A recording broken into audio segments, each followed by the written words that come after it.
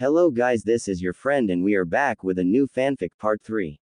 Which is what if Naruto discovered Ino's secret comfort habit part 3. And if you enjoy this fanfic then please press the like button and subscribe to my channel for more fanfic like this. And now let's start the fanfic. No sat down on the grass, motioning for her daughter to do the same. Kagaya hesitated, then sat down opposite her mother. Ino smiled and closed her eyes.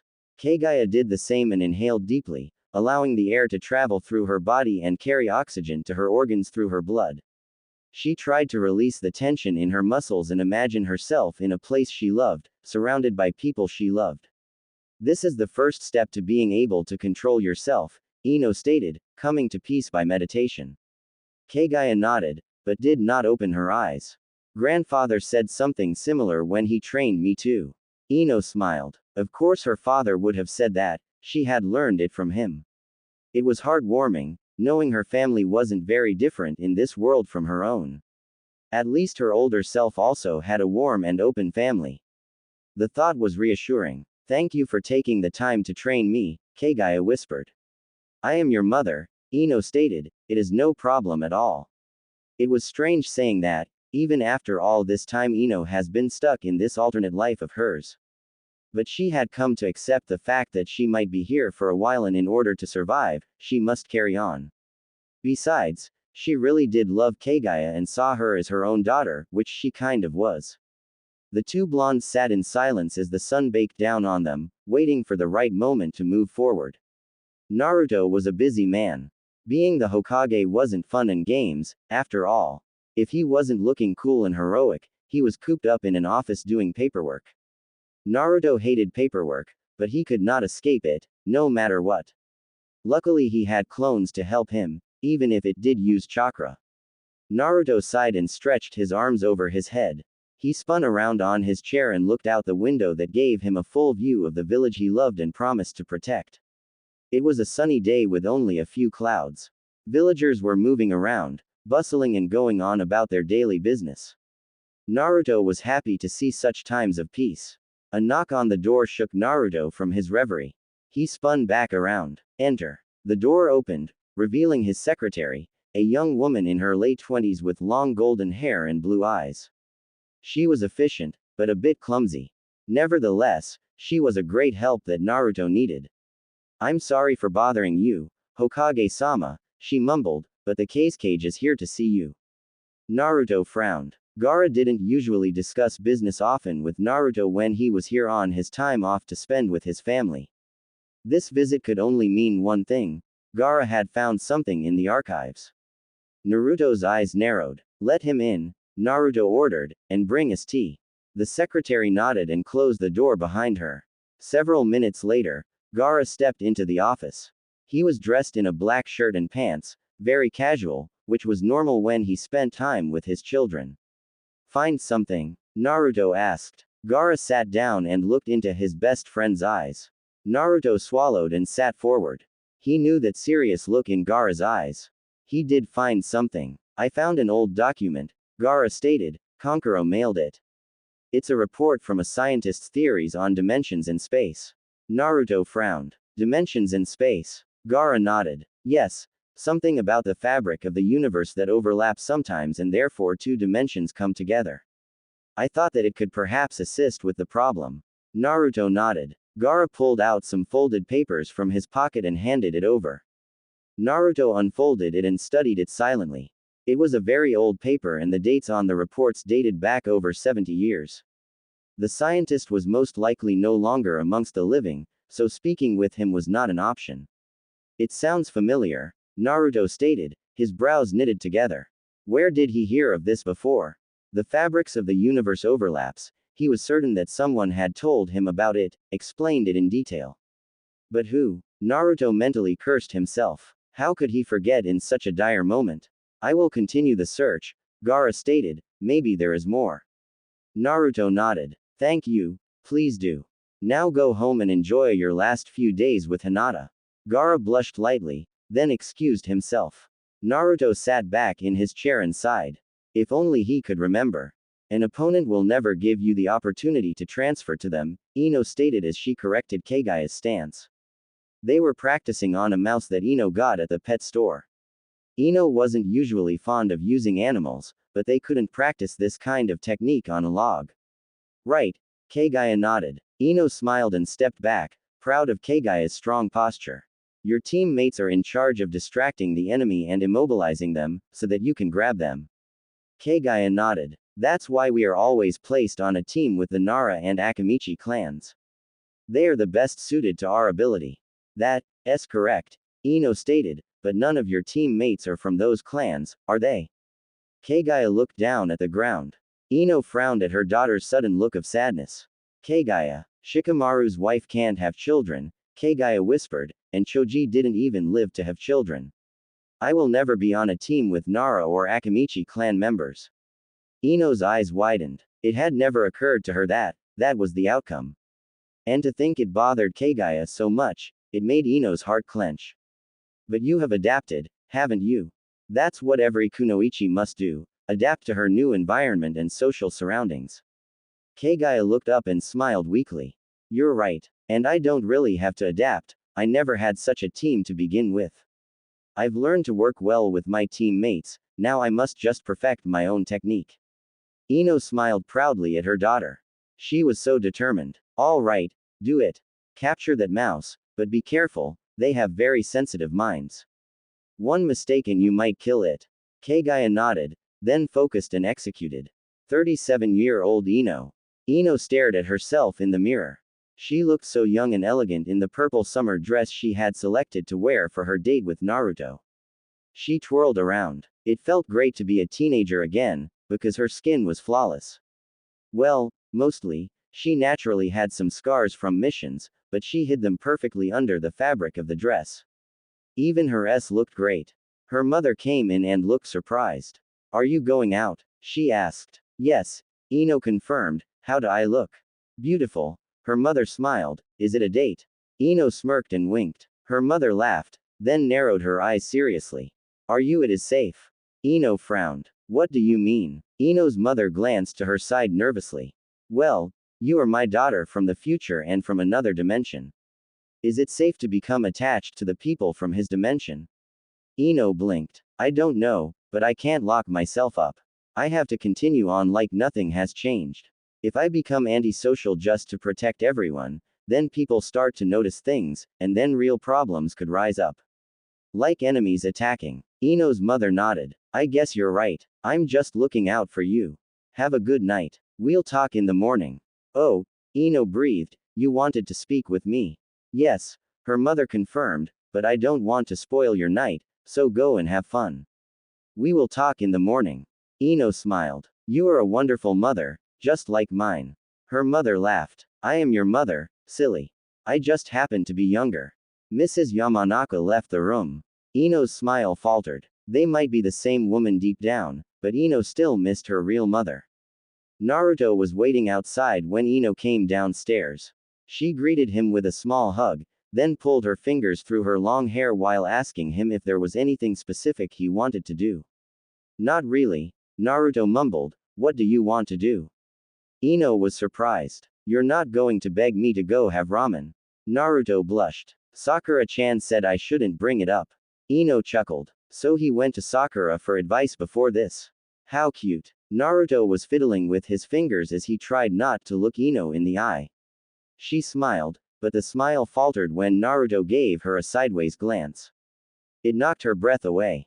He looked so much like her Naruto when he did that. Ino looked down at her feet.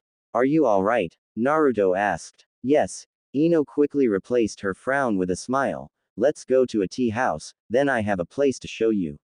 Naruto nodded and the two turned around and walked in the direction of the shopping district. After dinner, Ino led Naruto through the village until they reached the path that led all the way up to the Hokage monument. It was still strange to her, seeing only 5 faces, but she was slowly getting used to it. She missed seeing her husband's face overlooking the village. Why we going up there? Naruto asked as they walked side by side. Ino glanced at him and smiled. It is my favorite place, she stated. Someone very dear to me showed it to me. Naruto furrowed his brows. He was curious about this precious person of hers. He knew that she was bound to have people she loved in her life, but he had a feeling this particular person was different from others. Why are you showing me? Ino was about to open her big mouth and tell him that he showed it to her, and that she wanted to share something with him again, but she stopped herself in time. She inhaled deeply and looked on ahead of her, the moon acting as her guide. Because I want to, she whispered, because you are my friend. Naruto blinked, then grinned. Really? You're my friend too, Ino. Ino smiled and reached out to lock fingers with Naruto, but she stopped midway, blushed and quickly pulled away. Naruto noticed this and was surprised. He's never had a girl reach out to him like that before. He was oblivious, yes, but he knew enough to know that she wasn't just reaching out for the heck of it.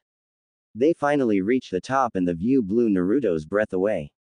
It was amazing. The entire village was displayed before him, the lights shimmering in the darkness with the stars and the moon watching over. This was home. This was Konoha. Wow. Naruto breathed. Yeah. Ino agreed. Wow. Why didn't I come here before? Naruto asked. Ino shrugged. Naruto laughed warmly. This is the village I will protect when I become Hokage. And it is beautiful. Ino chuckled. So energetic, just like she remembered. Naruto inhaled deeply and turned around to face Ino. He leaned against the railings that were in place for safety reasons for anybody who planned to do some sightseeing. His blue eyes locked on Ino and he watched her intently. She looked different, he didn't notice it before. Yes, she still had long hair, she still had the same figure and the same face. Nothing really changed, but at the same time something did. Was it her eyes? Or was it her posture? Or was it the entire way she carried herself? Whatever it was, Yamanaka Ino has changed and it intrigued him. You look different, Naruto stated. I feel different, Ino admitted. I don't mind the change, Naruto whispered, surprising Ino, you look nice. Naruto blushed as he said this and quickly looked away. Ino smiled as her heart leapt in her chest. Thank you, Naruto. Silence enveloped them, but it was comfortable. A warm breeze swept over them and Naruto watched in awe as Ino's hair gently whipped around her face. She really was beautiful, he never really noticed it before, since he was always so caught up with Sakura. But he knew Sakura loved Sasuke and nothing was going to change that, even if Sasuke doesn't return as the same man. Naruto knew Sasuke wouldn't look at Sakura ever, and he would be there when she realized that. But now as he looked at Ino, he wondered if it would be a romantic gesture. No, he would support her as a friend. At least, that's what he felt now as he watched the blonde before him. What are you looking at? Ino asked, her hands on her hips. Naruto laughed nervously and rubbed the back of his head. Ino rolled her eyes, then looked Naruto in the eye. They froze, blinked and then both unconsciously took a step closer.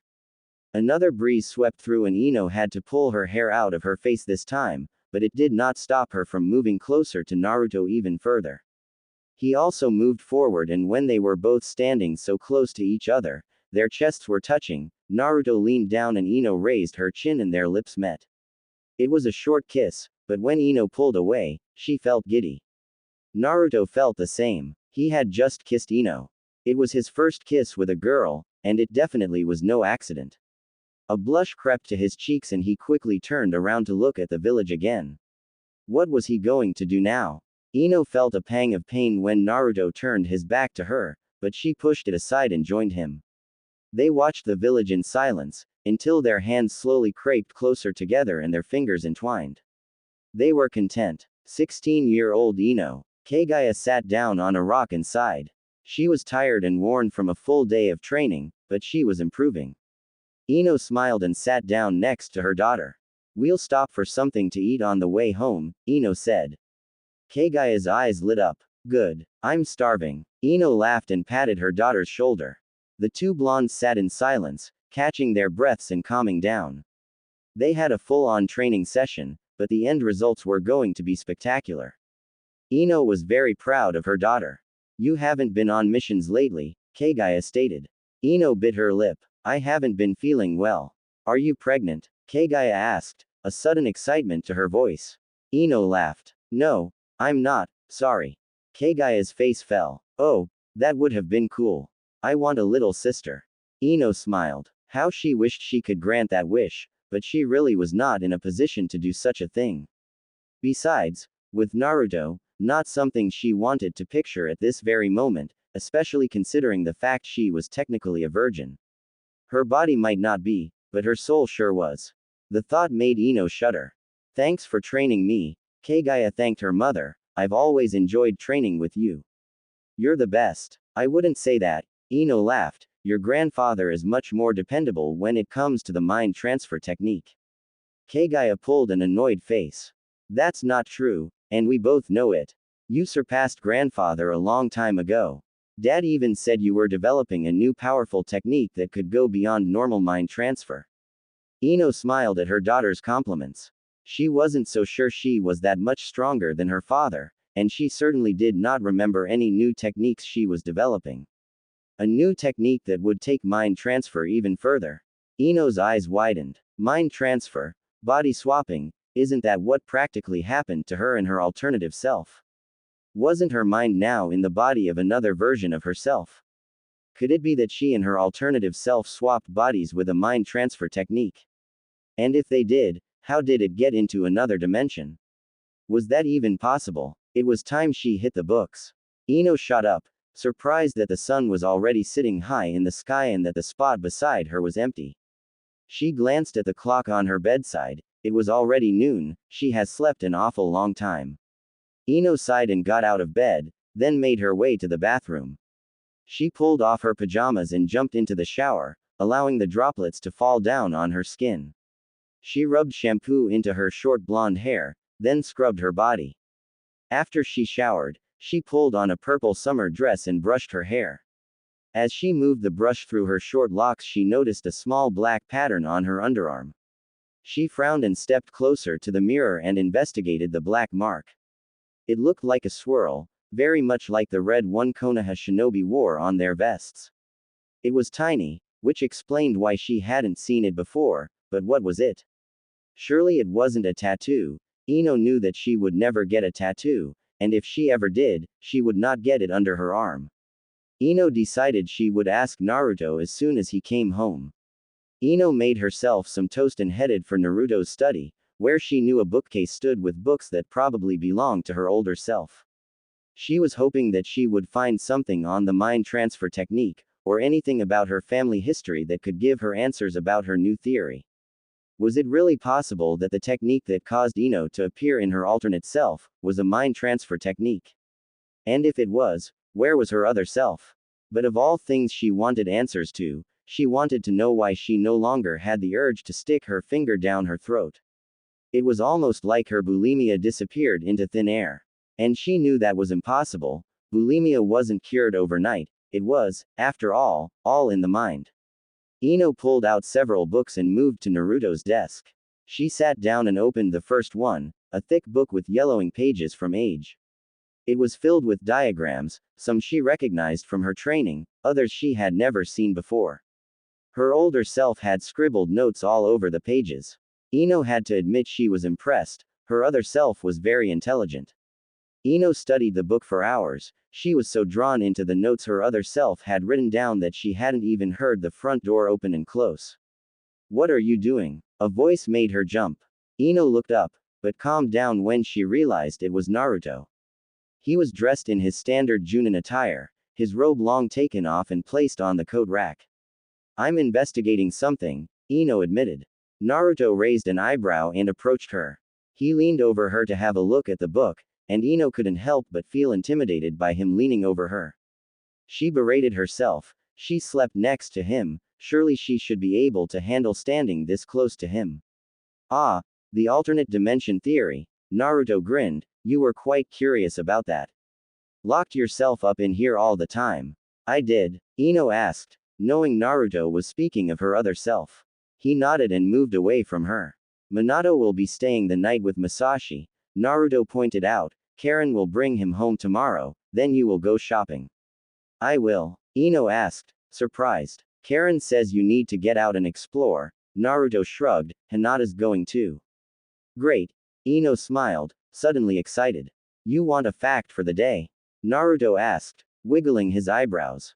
Ino laughed. I do actually. Ino grinned, as she crossed her legs. Who's Hatake Kana's mother? Naruto was surprised by her question, but then he chuckled. Shizune. No way. Really? Ino asked, shocked. Yes, really, Naruto grinned. We saw it coming, it was quite obvious. Anko wasn't very happy, though. Ino laughed. She was well aware of the chemistry that moved around Kakashi and Shizune when they were in the same room together, it was the same in her world too. And she understood the part about Anko too. The wild woman was madly in love with Kakashi, but maybe she was a bit too wild for him. Can I ask another question? Ino asked. Sure. Naruto shrugged, it wasn't like there were any ground rules about the arrangement they made. What do you think will happen when I go back? Ino asked in a whisper. Naruto's eyes widened. He had never thought about the consequences that the strange transfer was to bring. Sure, he knew the future or past could change, perhaps, but he still wasn't sure about the nature of the events either, so what really waited for them on the other side of the bridge?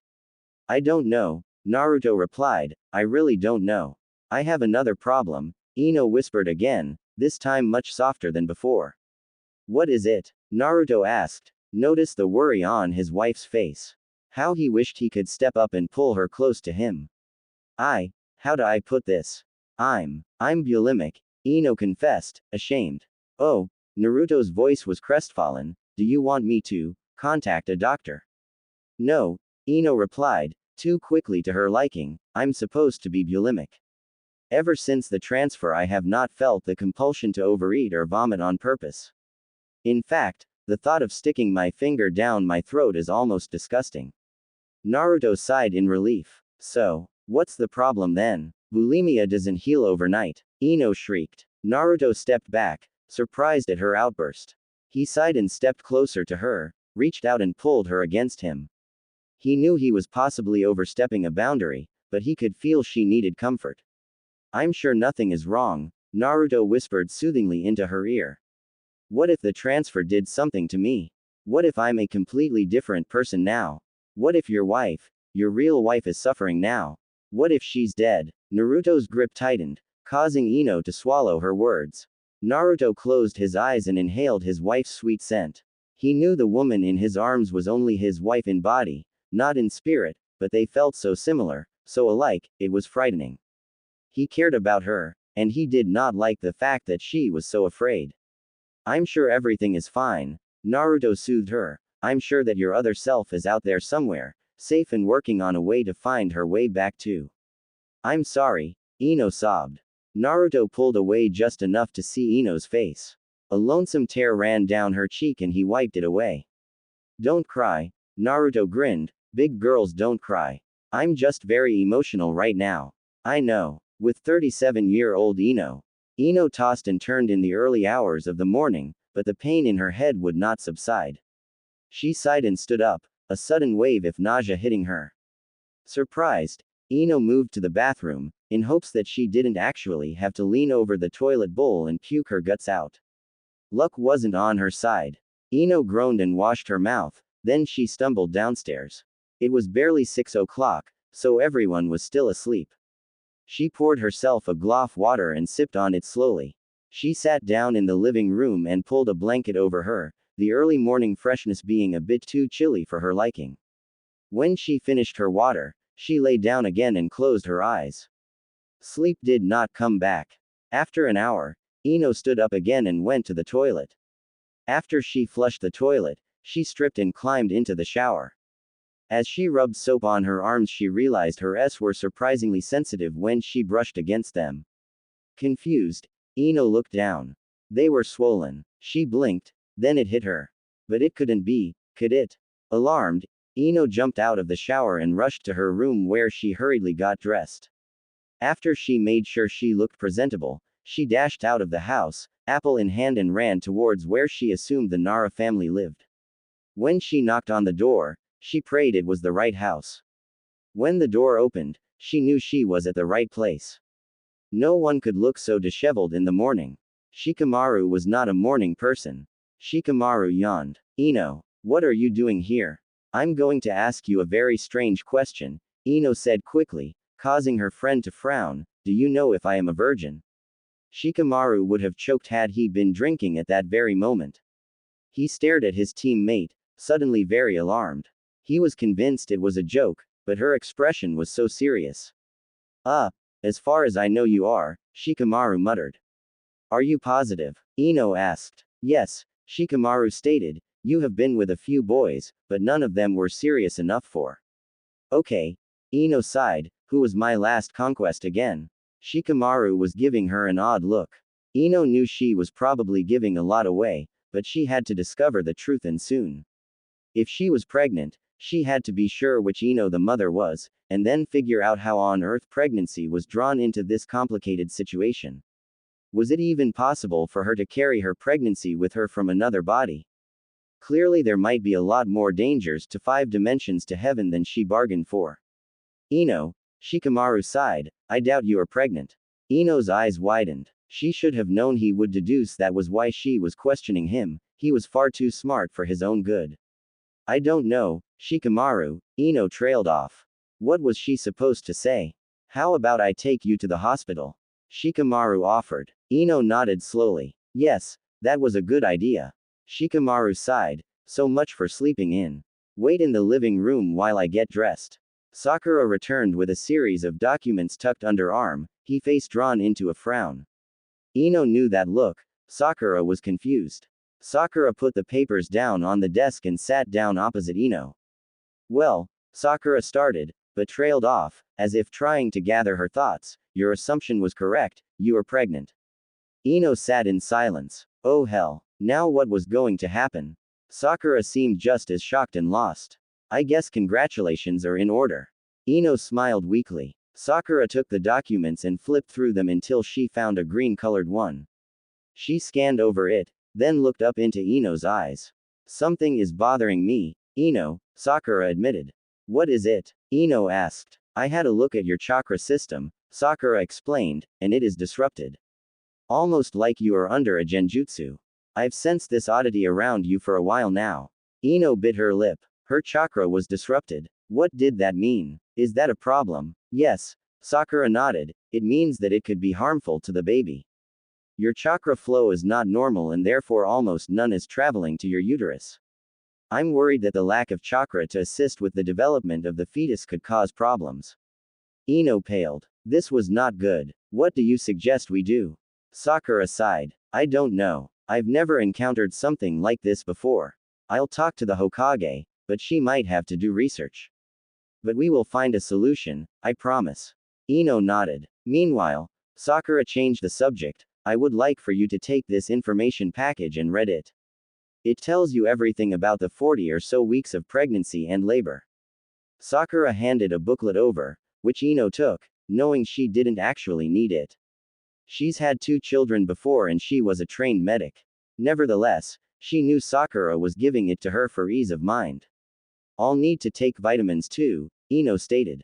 Sakura nodded. You're taking this awfully well, Sakura pointed out. Ino smiled weakly and nodded. Being told she was pregnant was not a foreign concept. The only thing that worried her was the fact that this wasn't her actual body. And to make things worse, she knew nothing of what the transfer could do to the unborn child. What if she miscarried, or if the baby was born with a deformity? She would love it to bits, no matter how malformed the baby might be, but it still worried her. And what on earth would happen if she swapped back with her other self and left the poor unsuspecting 16-year-old pregnant? When Ino returned home, she headed straight for the pantry and pulled out as much food as she could. Then she collapsed on the couch and devoured everything her eyes could set on. Afterwards, she sat back and sighed. She still could not understand why she was having the bulimic tendencies of her other self. Clearly it was a malfunction, a negative side effect of the transfer, but Ino had always believed she had a strong will. Surely a petty disorder such as bulimia could not overpower her. Ino stood up and headed for the bathroom where she relieved herself. When she flushed the toilet, she scolded herself for wasting such good food. She really needed to see a doctor about the bulimia. The sooner she got over this, the better. She had another to feed now. With that going through her mind, she suddenly froze in realization. Could it be that the baby was actually hers? That she was pregnant with the child she had conceived with Naruto before the transfer? It seemed feasible. She did end up with the other Ino's bulimia, perhaps the baby traveled with her. The thought made Ino nauseous. She knew the dangers of 5 dimensions to heaven. She knew that it was dangerous, that it could harm, that's why it had been labeled forbidden. Horror pitted in Ino's stomach. What if the transfer killed the baby? No, Sakura would have noticed that. So the baby lives, but was it really out of danger? And if she were to reverse the technique, would the baby be safe in her real body? Ino collapsed on the ground and buried her head in her hands. What was she going to do? Everything had just gotten very complicated. Meanwhile, with 16-year-old Ino, Karen knocked on the door the next morning just after 10. Ino opened the door and allowed the redhead inside, followed by Minato, who was smiling widely. "Hello, Mama," Minato exclaimed as he threw himself into Ino's arms. She smiled and hugged her son tightly. He was so small, so worn and fragile. She loved him to bits. Karen watched with a smile on her face. Minato gave his mother a kiss, then ran upstairs to his room. "He's a real Uzumaki, that boy," Karen chuckled, full of energy. Ino smiled. "So, shopping?" "Yep." Karen nodded as she made her way to the kitchen and sat down at the dining table. Ino watched amazed at how comfortable Karen made herself. "How are you?" "I'm fine, thank you," Ino answered. "Good." Karen nodded. "Your chakra is still disrupted, but at least you haven't fainted yet." "Tea," Ino offered. Karen nodded, not bothered by the fact that Ino had changed the subject. Just as the kettle started boiling, another knock came from the front door.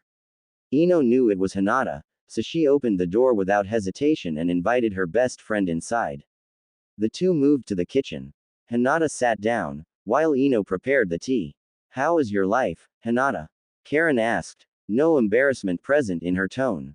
Hinata blushed bright red, while Ino bit her lip. Now this was awkward. Ino joined the two ladies at the table with 3 cups of tea. All right," Hinata finally answered. "All right, is that it? Geez, is Gaara not satisfying you or something?" Karen asked. Hinata's blush deepened. No, I didn't say that," Hinata muttered. Karen laughed. "I'm pulling your leg." Karen chuckled as she took a sip of tea. "Oh, I'm pregnant again, by the way." Ino and Hinata's eyes widened in surprise. "Congratulations," they said together. Karen thanked them, then muttered something about an overly fertile Sasuke under her breath. Hinata giggled. "I think you're the more fertile one," Hinata stated, a devious glint in her eyes. Ino watched in amazement. She's never seen Hinata look like that. Karen raised an eyebrow. "Excuse me?" Karen asked, surprised. "Well, Uzumaki clan members are known for having very strong sources of life. Don't you think that would include making babies too?" Hinata asked, wiggling her eyebrows. Ino burst out laughing at the absurdity of the situation. Hinata was being devious. She wished she had a camera. Karen blushed. Just because I'm from the Uzumaki clan doesn't mean I can make lots of babies.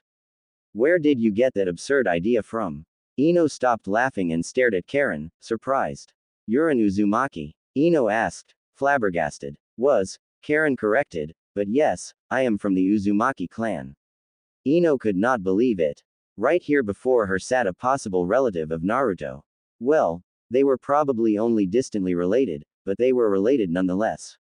The thought made Ino smile. Naruto had somebody else in the world, someone who shared his name. She was an Uchiha now. After they finished their tea, the 3 women headed out to the shops. They popped in at a few accessory stores, but did not buy anything. After that, they decided to spend some time at a clothing store. The store Karen and Hinata led Ino to was small and cozy, with colorful garments hanging from metal racks. The scent of vanilla hung in the air. Karen spotted a purple dress and was already in the fitting rooms to try it on.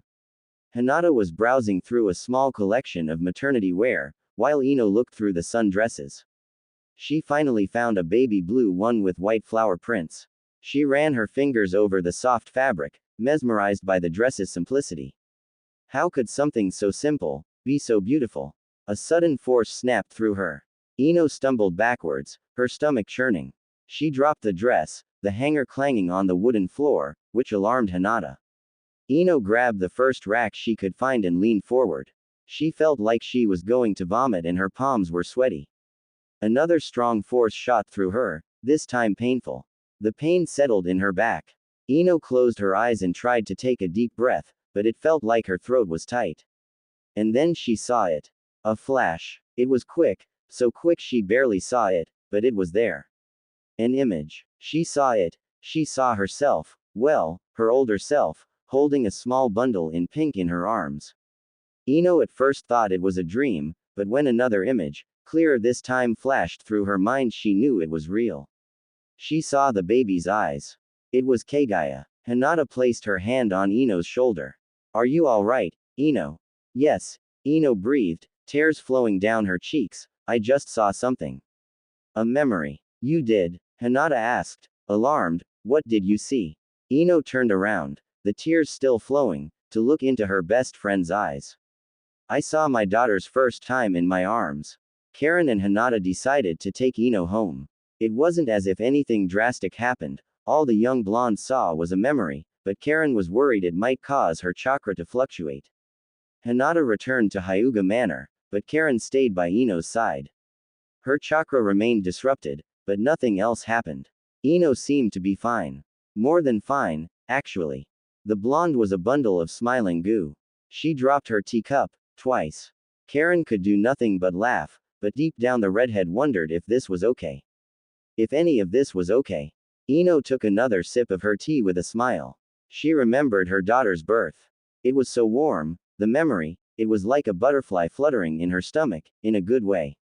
And although Ino felt so complete by seeing something so small, she knew it wouldn't last. After all, it wasn't her memory to keep. That night, when Ino climbed into bed next to Naruto, she fell asleep with a smile and dreamed of giving birth to her dear baby girl.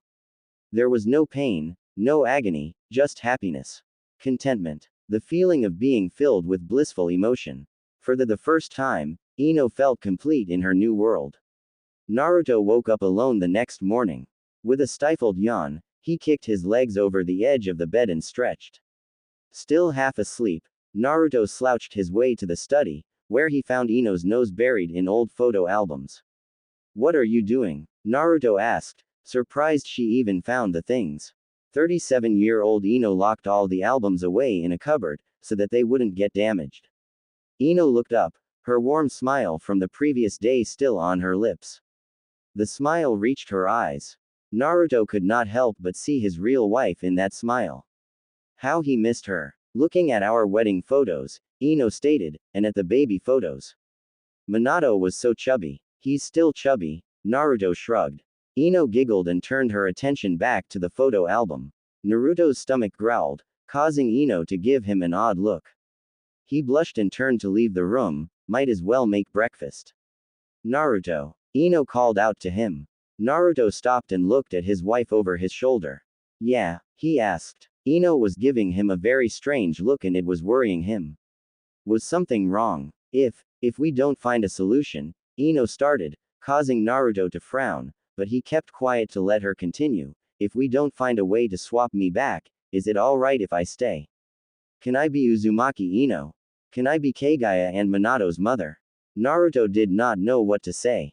For starters, he couldn't say everything would be fine, because in reality it wouldn't. Her new identity could cause problems, especially if it did come to be a permanent change. And then, of course, there was the fact that this Ino was nothing like his wife. Of course, there were similarities, but he could feel the difference. It wasn't his wife in that body. Did Ino even realize what it meant to be his wife? She probably didn't, because she didn't even ask if she would be able to be his wife if the change was permanent. Naruto sighed. He was not in her heart, unlike their children. We'll find a solution, Naruto stated as he looked away. You won't be stuck here. Ino couldn't help but feel slightly rejected. Don't you want me here? Naruto closed his eyes. That's not what I meant. You heard what Karen said, you're unstable. Keeping you here is dangerous. Dangerous for who exactly? Ino asked, raising her voice a little. She knew the reasons, but she was purposefully burying them deep down, because she wanted to be here. She wanted to be with her children. For you, Naruto replied, calmly, what's wrong with you? Why are you so hung up on staying now? Ino bit her lip. I remembered giving birth to Kagaya. Naruto spun around, surprised. No, that was impossible. There was no way she could have his wife's memories could there. She was a completely different person, another soul in a foreign body. Memories were in the mind, weren't they? How could she remember something that never actually happened to her? Naruto knew they were treading in dangerous waters now. Don't get attached, Ino, Naruto warned, you're already attached to this world enough. Getting into deep could cause problems. Ino stood up, enraged. I thought you would be happy. Don't you want your wife back? If I have some memories, doesn't that mean I can sympathize with you now? I can help you. You will never replace her. Naruto yelled before he knew what he was doing. Ino dropped the photo album in her arm. A pained expression crossed her face. Naruto felt regret pool in his stomach, then he turned on his heel and stomped away. They'd never argued before. Ino felt strangely empty as she bent down to pick up the photo album she dropped. She supposed arguing was normal for married couples, but she had never once argued with Naruto since she arrived in this world. She felt guilty. She knew she was pushing him. She knew she couldn't replace his wife. And she knew she couldn't stay here, but deep down she wished she could. She loved Kagaya and Minato, the thought of not being with them was painful. Ino collapsed on the chair and buried her face in her hands. What was she supposed to do? A knot formed in her stomach, followed by a very uncomfortable churning. Ino swallowed hard, but the feeling would not go away. She frowned and before she knew it, she was running for the bathroom where she puked her guts out. After she washed her mouth, Ino stared at herself in the mirror. For the first time since she woke up in her other self's body, she could see that they were the same person, but at the same time not. Ino closed her eyes and wept. Ino left the house. Breakfast had been silent and awkward, for Naruto was ignoring Ino completely. The children didn't seem to notice the tension, but Ino had a feeling Kagaya might have picked up some of the tension. It was a sunny day, and Ino wandered through the streets wondering what she could do to entertain herself. Requesting a mission was not an option, for then she would have to talk to Naruto and she was really not in the mood. Not only that, she wasn't even sure if her other self even did missions anymore. She could always go to work, but Ino didn't feel like working with plants either. So, she decided to wander, her eyes focused on her feet and she slumped through the village. She was so lost in her misery, that she did not notice the woman in front of her. Bang! Ino stumbled backwards, having bumped into someone. She quickly gathered her senses, looked up, wanting to apologize to the person she bumped into, only to see the face of someone she knew very well. A pair of dark eyes were watching her with a smile. Shizune? Ino asked. Shizune continued smiling. Hello, Ino. It's so lovely to see you.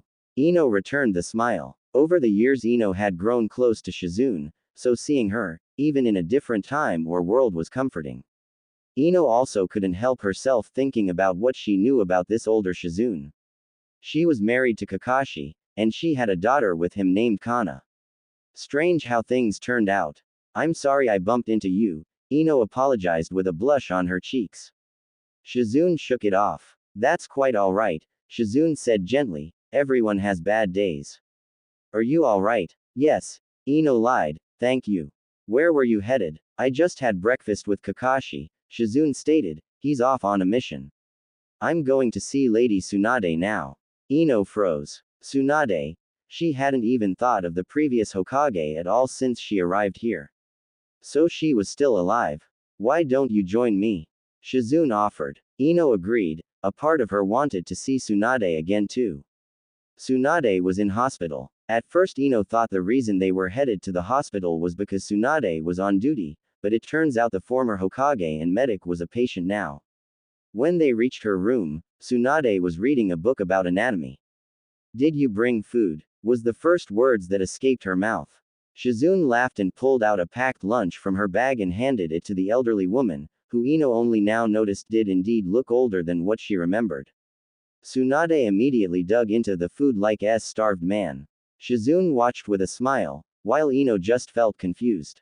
Oh, Tsunade finally said in between her bites of rice, hello Ino, didn't see you. Hello Lady Tsunade, Ino greeted with a bow. Tsunade gave her a funny look. Sheesh, formal much? Tsunade asked, haven't seen you so uptight in a while. How's the brat? Ino had to think who the brat was for a minute, but she finally clicked. Naruto's fine. Tsunade raised an eyebrow. Fine. Fine. Is he not getting it up or something? A blush crept to Ino's cheeks. Now that was not something she wanted to think about, or discuss, especially with an old lady. No, everything is fine in the bedroom. Not. Tsunade snorted and took another mouthful of rice. How are your children? Shizune asked. They are well, Ino replied. Ah, Minato's birthday is coming up soon, isn't it? Tsunade asked. Ino blinked. She had not known that.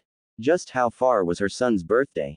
And how could she, as his mother, not know of it? Why didn't Naruto tell her? I'm surprised you remember. Lady Tsunade, Shizune laughed, you forget everybody else's birthdays. Oh, shush, Tsunade barked, I don't forget everyone's birthday. I just remember Minato and Keigai is better because I delivered them. Ino froze. She had not known that Tsunade had been her midwife either. A part of her had always thought it would probably end up Sakura, but in this world Sakura was, of course, no longer amongst the living. Yes, Shizune hummed as she pulled a chair closer and sat down.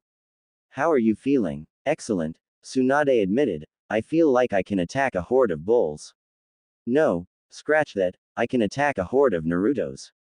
Ha, Shizune rolled her eyes. Ino didn't know what to think. She was starting to think that perhaps Tsunade had become senile.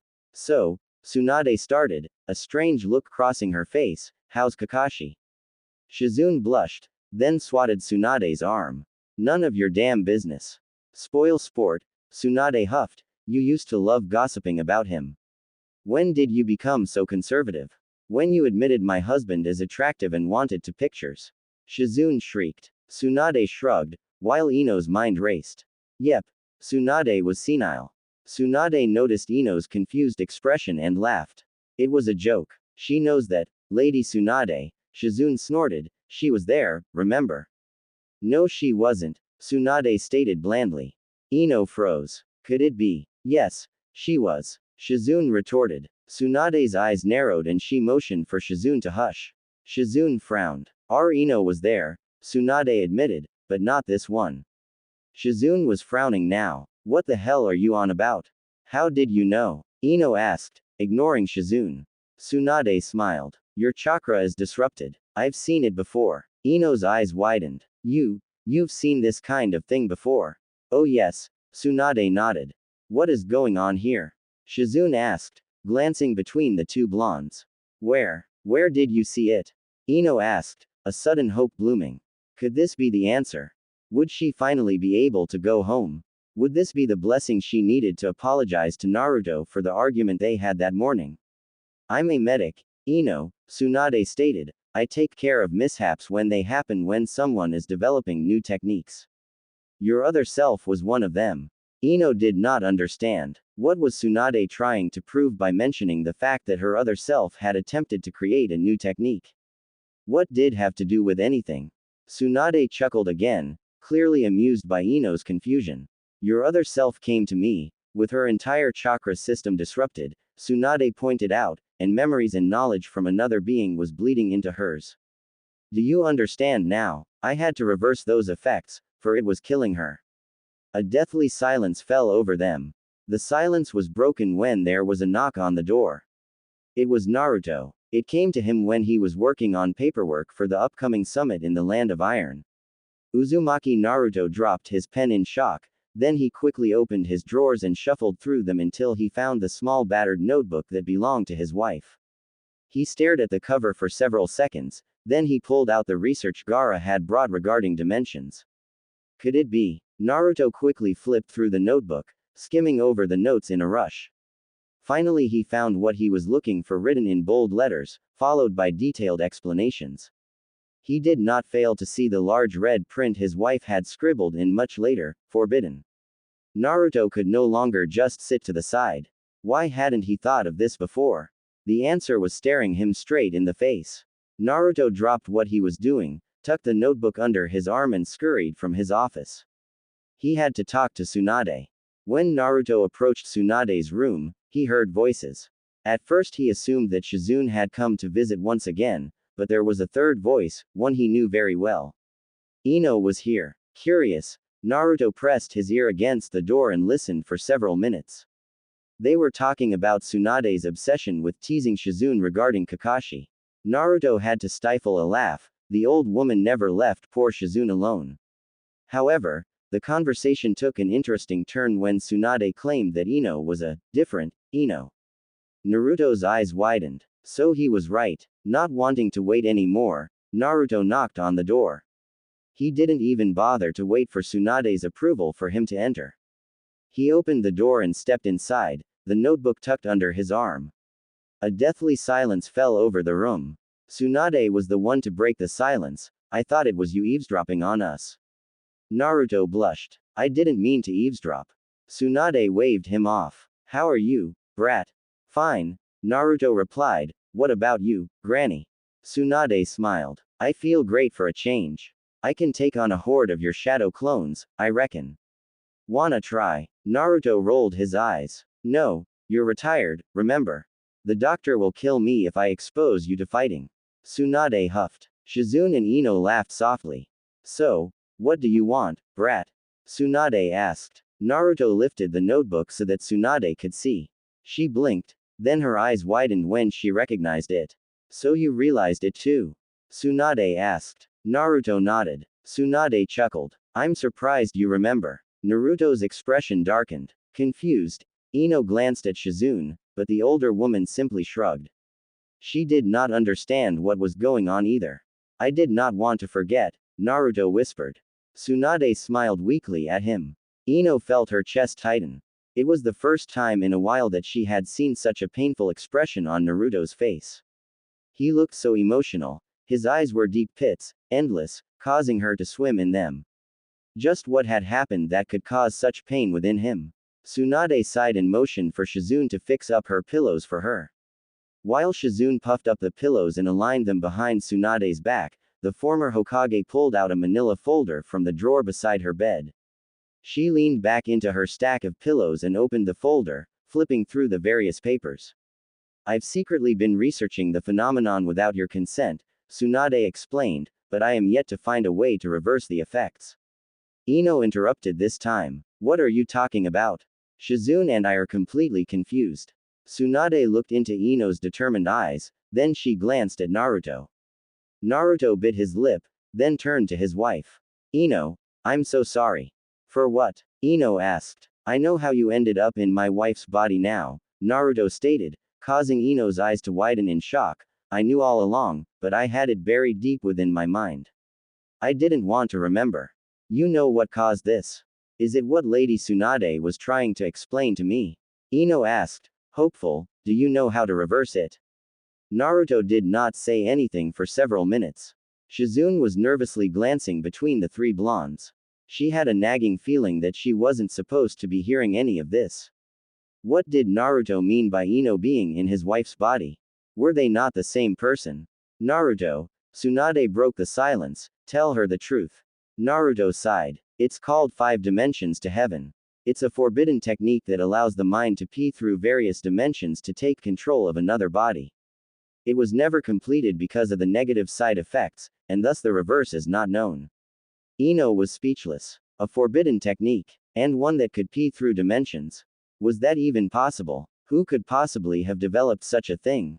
Ino turned to Tsunade. Is this what happened to Ino? Is this what caused her to nearly die? Tsunade nodded. But didn't you heal her? Ino asked. Tsunade's expression darkened. No, the 5th Hokage replied. Ino woke up one day completely healed and free from the technique. We still don't know what caused it to reverse. Ino tightened her hands into fists. So did that mean she could not be healed at all? Was she stuck in this body until it suddenly decided to reverse itself? And if the technique was not completed when older Ino had another mind within her head, then does that mean the technique was now more developed, since she completely changed bodies? Naruto must have read her mind. Someone must have stolen the technique's notes and developed it further. Possibly even completed it, because this time the effects are far more developed than the previous time. Tsunade nodded in agreement. Who created this technique? Ino asked. Naruto and Tsunade glanced at each other, then they both turned to Ino. You did, they said in unison. Ino stared at the old battered notebook in her hands. Naruto had given it to her when they left Tsunade's room. You should have it, Ino. My wife created the 5 dimensions to heaven. Maybe that means you are the only one who can reverse it. After all, you are still the same person, although from different dimensions. Naruto had told her when he handed it to her. Ino still could not believe that her other self had developed something so powerful. And as she flipped through the notebook, Ino couldn't help but notice the similarities it had to mind transfer. Older Ino clearly used the basis of mind transfer to develop the forbidden technique. However, the further she got into the notes, she realized just how complicated the technique was, and the more she feared that she would never be able to find the answer. Meanwhile, with 37-year-old Ino, it looked like it was going to rain. Ino stared at the dark clouds hovering above her in the sky, then with a sigh she stumbled into the busy center of Konoha. She wasn't sure what it was, but something seemed off. Maybe it was just the terrible weather, or maybe there really was something eerie brewing in the village. As Ino passed buildings she knew, and ones she had never seen before, she felt herself longing for her own home. She missed being in her own body, with her family and her husband. She missed Naruto. His other self could never replace the man she married. They unfortunately had enough differences to almost be separate entities. However, Ino knew there was not much she could do at the very moment.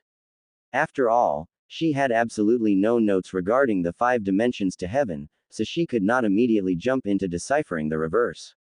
When Ino passed an old battered building she froze. She turned on her heels and faced the building, alarms going off within her. She recognized the building, but she just could not remember where. Curious, she peeked through the fence, but it was quiet. Determined, she opened the gate and approached the front door and knocked. No answer. She peeked in through the windows, but the furniture was old, worn out and covered in dust and spider webs. Clearly no one lived here. Ino walked around the house to peek in through another window. The room was large and filled with empty racks. Ino recognized the symbol that was engraved on the wood of the racks. Her eyes widened. It didn't make sense. Why was Hyuga Astra's shop in such a state? And why was the woman, who was obviously much younger, not around when her shop clearly already exists? 16-year-old Ino. The next few mornings were uncomfortable for Ino. She was woken up by a terrible headache, followed by nausea. Naruto stayed by her side mostly, always rubbing her back when she was puking her guts out into the toilet and carrying water to her. Ino was grateful that he was by her side. This morning the nausea was 10 times worse.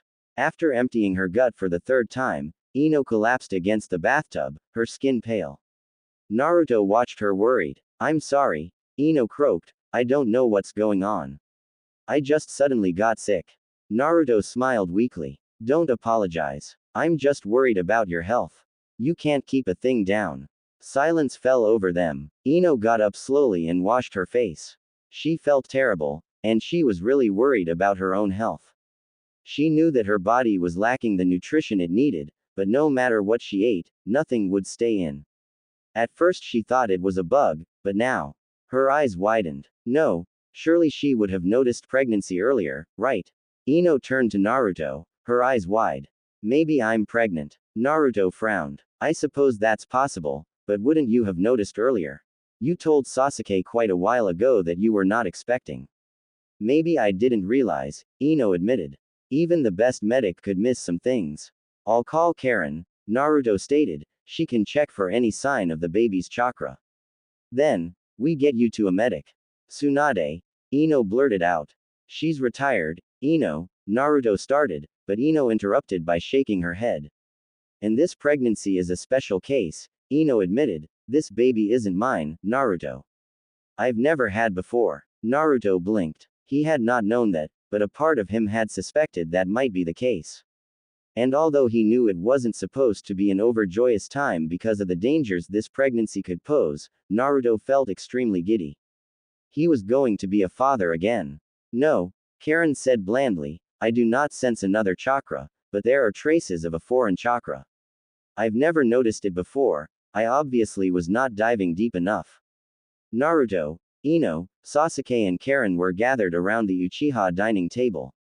The children were playing outside with Suigetsu, who Ino was yet to meet. Naruto was frowning and appeared to be in deep thought. Is it possibly a baby's chakra? Or remnants of it? Sasuke asked. Karen shrugged, but did look close her eyes again to concentrate on the chakra. After a few minutes Karen opened her eyes again. It is similar to the remnants of chakra when a woman miscarriages, Karen admitted, which means it could possibly be the baby. Are you saying I had a miscarriage? Ino asked, horrified. How could she have had a miscarriage without realizing it? Karen shook her head. No, it is similar, but I don't think you miscarried. Perhaps you should get blood tests done. Ino nodded. Naruto had already contacted Tsunade, who immediately agreed to have a look. Naruto also contacted Shikamaru, since his excellent mind might be useful in this strange phenomenon. Silence fell over the room. Ino felt very awkward, so she turned her attention to the painting of the Uchiha family. Hey, Sasuke, a male voice interrupted the silence, are there any more water flasks in the fridge? Everyone's attention turned to a man with white hair that just stepped into the room. Ino did not recognize him. The male grinned, showing off pointy teeth. Hey, it's the Hokage and his wife. Hi, Suigetsu, was Naruto's greeting. Ino had a feeling that the man was Suigetsu. Who else would have come from the backyard that was an adult? Karen was pissed off. I refilled all 40 of them this morning. Suigetsu narrowed his eyes. Was I asking you? And 40 aren't enough. Refill your own flasks, moron. Karen hissed. Bitch, Suigetsu muttered, then he turned around and stomped away. Sasuke merely rolled his eyes. Karen turned to her husband. When this fourth baby is born, she moaned, that idiot is moving out. I've had enough. With that, Karen stood up and stomped out of the room. Should we go? Naruto asked. Clearly those two have argued all day again. Sasuke smiled. Indeed, they had a food fight this morning. She'll get over it. She won't really kick him out, will she? Ino asked. Nah, was Sasuke's response. Ino wasn't so sure, so she excused herself from the table to go find Suigetsu. She found him outside with the children in the plastic pool. He really did love water, and the children seemed to love him. They were laughing and throwing water balloons at each other. Oh, hi Hokage's wife, Suigetsu greeted. It's Ino, Ino stated. Right, Suigetsu nodded. I just wanted to propose something, Ino started, but then trailed off. Suigetsu watched her and waited. Finally Ino shrugged her doubts off. If you ever need any help, or a friend, or ever a house, please don't hesitate to come to us. Naruto and I would be glad to be of assistance. Suigetsu blinked, then grinned. Sure, thanks. Wish all Konoha leaders were so nice. What do you mean? Ino asked, confused. Suigetsu's smile faded. Sasuke, Karen and I, we had another friend. A teammate. Without him, we're not complete, you know. What happened to him? Ino asked. They threw him in prison, Suigetsu admitted, declared him insane. Ino took in a sharp breath. I'm sorry. Suigetsu shrugged. No worries. Your husband has been fighting for his freedom. Maybe one day he'll be released and we can be a team again. Ino nodded, then watched as Suigetsu joined the children again. Ino and Naruto walked to the hospital together, greeting a few people along the way. Ino was thinking about what Suigetsu had told her. She found it very admirable that Naruto was fighting for their friend. Somehow she wished she could make a difference too. Naruto, Ino called out. Naruto walked slower, so that they would be walking next to each other. Yeah, was his response. Suigetsu told me about their friend, Ino admitted, the one in the asylum. Naruto frowned, then his eyes widened in recognition. Oh, you mean Jugo. What's wrong with him? Ino asked. Naruto tapped his chin. I wouldn't say there is much wrong with him. He has a brilliant mind, and probably the kindest soul I have ever met. So how come he is considered insane? I think that's just an excuse to lock him up, Naruto said. People fear him, Ino. He is the origin of Orochimaru's cursed seal technique. Unfortunately his abilities tend to make him go berserk from time to time. Ino was surprised. She had not expected him to be the origin of Orochimaru's cursed seal technique. In fact, the memory of Orochimaru made Ino shiver. He took Sasuke away, but he can be controlled, Naruto admitted. Sasuke has the ability to calm him.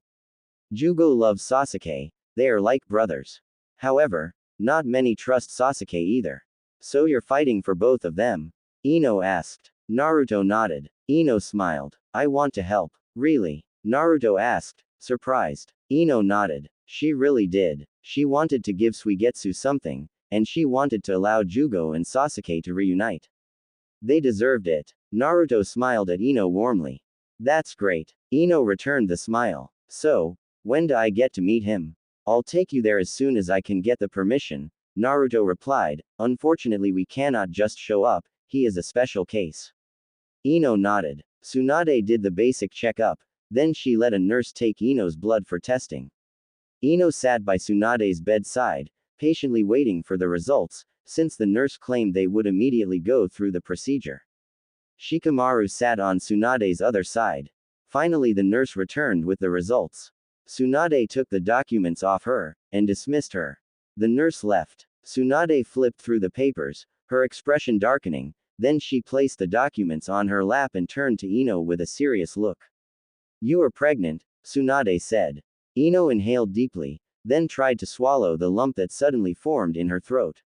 Shikamaru had his hands together, already thinking. Naruto, who had been pacing around the room, stopped and turned to Tsunade. And it is hers, my wife's baby, yes. I believe so, Tsunade said. Ino here claims she is a virgin, so we'll take her word for it. Women can become pregnant without penetration actually happening, Shikamaru admitted. I have not been anywhere near a man's genitals either. Ino hissed, embarrassed. Shikamaru sighed, then nodded. Is this a side effect from the technique, perhaps? Naruto suggested. Tsunade frowned, while Shikamaru looked up at Naruto. I think you might have caught something there, Naruto, Shikamaru admitted. Perhaps this is some sort of side effect. Karen said she could not sense the baby, right? Naruto nodded. Shikamaru turned to Tsunade, and you? Can you sense or feel the baby? Tsunade shook her head. It's there, but it's not. It's very strange. Shikamaru nodded. Then perhaps, the technique does not transfer just the mind through dimensions. Ino felt her stomach drop. Silence fell over the room as all the blondes stared at Shikamaru in shock. Are you saying that the technique can transfer tissue as well? Tsunade finally broke the silence. Well, Shikamaru shrugged, I've heard of weirder things happening. Naruto was pacing again. If that really is what happened, then my wife, 37-year-old, is currently not only in another body, but she also has our child there with her. In essence, yes, Shikamaru answered. Naruto sighed and collapsed on a chair next to Ino, who was still frozen like a rock. What are we going to do? Naruto asked as he ran his hands through his blonde hair. This technique is already dangerous as it is, now it has dragged an innocent life into it as well. We'll fix this, Naruto, Tsunade whispered calmly, I promise. I have to leave for a few days, Naruto stated one morning at breakfast. Minato moaned, but one look from his father shut him up. Kagaya did not say a word. Ino looked up, curious. Where are you going? Ino asked. She doubted it was mission, the Hokage almost never left the village. The land of iron, Naruto admitted, there's a cage summit. We have one very year. Oh, was all Ino said for a while, then, do you go alone? I have 2 guards, Naruto replied, and usually Ino, you attend with me. Minato and Kagaya were giving their parents odd looks now. Why did Ino ask about the summit when she went with Naruto every year? Why did Naruto talk of Ino as if she wasn't there? Naruto and Ino noticed the children's curious looks, so they changed the subject. Minato forgot about the event, but Kagaya wasn't one to easily ignore something like it. There was something going on, and she didn't like it. Naruto was in the study, having decided not to go into work until the afternoon. Ino knocked on the door and slipped inside. Naruto was studying a very old scroll. Naruto. Ino called out to him, hoping she wasn't disturbing him. Yes. Naruto looked up. Can I go with you to the summit? Ino asked. Naruto blinked in surprise. I thought you would like to stay with the children, Naruto said, but Ino shook her head. Naruto blinked again, then smiled. Sure. You're welcome to. Ino thanked him and slipped to her desk. She gently moved her fingers over the notebook about the 5 dimensions to heaven, then she sat down and opened a book about dimensions. She had been studying the theory for days, but she still couldn't find any solutions. Ino has just gotten engrossed with her book, when Naruto called her name. She looked up, surprised to see him standing before her desk. She had not heard him move. He handed her a scroll. What is it? Ino asked. Approval, Naruto stated. You can visit Jugo now. Ino jumped up, excited. Really? Thank you. And with her excitement, Ino pulled Naruto into a hug. He laughed and returned the gesture. The location of Jugo's cell was an isolated asylum on the outskirts of the village. The building was not very large, and went downstairs the minute you stepped through the door. Ino glanced behind her before descending into the unknown, feeling disgust at the fact that none of the patients probably ever saw enough sunlight. As she took a step down into the darkness, she realized just how dark the world truly was. She couldn't be an ignorant 16-year-old anymore. The reception area was small, with a GL wall separating the visitors from the nurses on duty. There was no waiting area. Ino nervously approached the reception desk and rung the small bell. A nurse dressed in a gray tunic entered through a heavy metal door. How can I help you? She asked with a forced smile. My name is Yama, Uzumaki Ino. Ino introduced herself, stumbling over her name. I am here to see Jugo. She handed the scroll to the nurse. The nurse opened the scroll and scanned over it briefly, then she wrapped it up and looked back up at Ino, her forced smile still on her face. Indeed, she muttered, wait here, Lady Ino. I'll contact the head nurse for you.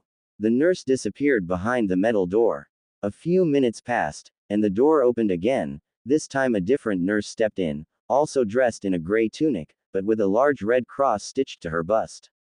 Hello, she greeted. Her voice was warm, and her smile was genuine. It has been a long time, Lady Ino.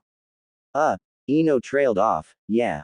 Ino wasn't sure how she knew this woman. Might as well go along with it. Please, the nurse began, step through. Mai opened the door that lead into the GL contained area. Ino stepped inside, not missing the sudden change in temperature. Mai closed the door behind them. Could I ask you to leave all your belongings here? Of course, Ino agreed, removing her bag from her shoulder and tucking it in a locker Mai showed her. Mai then gestured for Ino to follow her through the heavy metal door. They were in a long corridor, painted white with two pot plants sitting against one of the walls. Further, there was nothing but doors. Jugo never gets visitors, Mai explained. That Uchiha boy has requested permission several times, but always gets denied. Poor thing, he loves Jugo very much.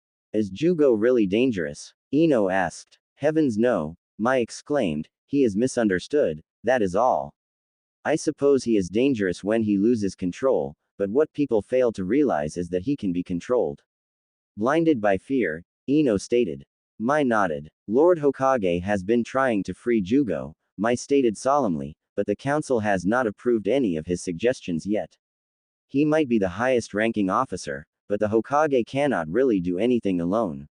Why did I marry a politician? Ino asked. Mai laughed. They stepped in front of a door. This is it, Mai pointed out. Jugo just had lunch, so he should be reading now. He reads? Ino asked, surprised. Mai smiled. All the time. It's all he ever does. Mai knocked on the door, then opened it and stepped inside. Jugo, she called out to him, there is someone here to see you. Can you spare a minute? Ino stepped out from behind Mai, expecting to see a frightening sight, but she met something completely different. Jugo had a strong build, which did make him slightly intimidating, but he had gentle eyes. When he looked up from his book, The Tale of Genji, he seemed genuinely surprised, but also patiently calm. This is Uzumaki Ino, Mai introduced Ino, she is the Hokage's wife, Jugo concluded. Mai smiled and nodded. Thank you, Mai. Mai nodded and excused herself, giving Ino a warm smile. An awkward silence followed. Ino remained where she stood, not sure whether she should sit down or shake hands with Jugo or something. Jugo felt very much the same. It has been so long since someone from outside came to see him, that he had no idea how to approach her. Ino decided to break the silence on a whim. Is the food good? She blurted out, only to realize that the question was absolutely absurd. A blush crept to her cheeks when Jugo burst out laughing. You are definitely his wife, Jugo said in between his laughs. I'm sorry, Ino muttered, embarrassed. I didn't know what to say. Jugo shook his head and closed his book. He moved from his bed and approached the small table in the corner. He gestured for Ino to sit opposite him. She complied, but not before looking around the room. It was empty, with only a bed, a table and 2 chairs. There were no signs of it being home, there were no windows. It was a dark, empty abyss. Ino sat down, noticed that the chair was cheap and squeaked under her weight. Either that, or it had suffered torture from a mad being that swung it around.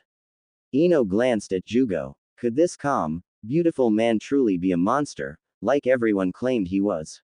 No, Suigetsu and Naruto had told her what he was like. He couldn't be a monster. Not truly. How is Sasuke? Jugo asked. Ino was surprised that he would ask that first. He is well. Karen is pregnant again. Jugo's features lit up. A 4th one. Brilliant. Ino smiled at his enthusiasm. Do you like kids, Jugo? Yes, he whispered. Do you have any of your own? Yes. A daughter. She was a baby the last time I saw her. Ino did not know what to say, but when she noticed the pained expression on Jugo's face, she felt guilty for bringing the topic up.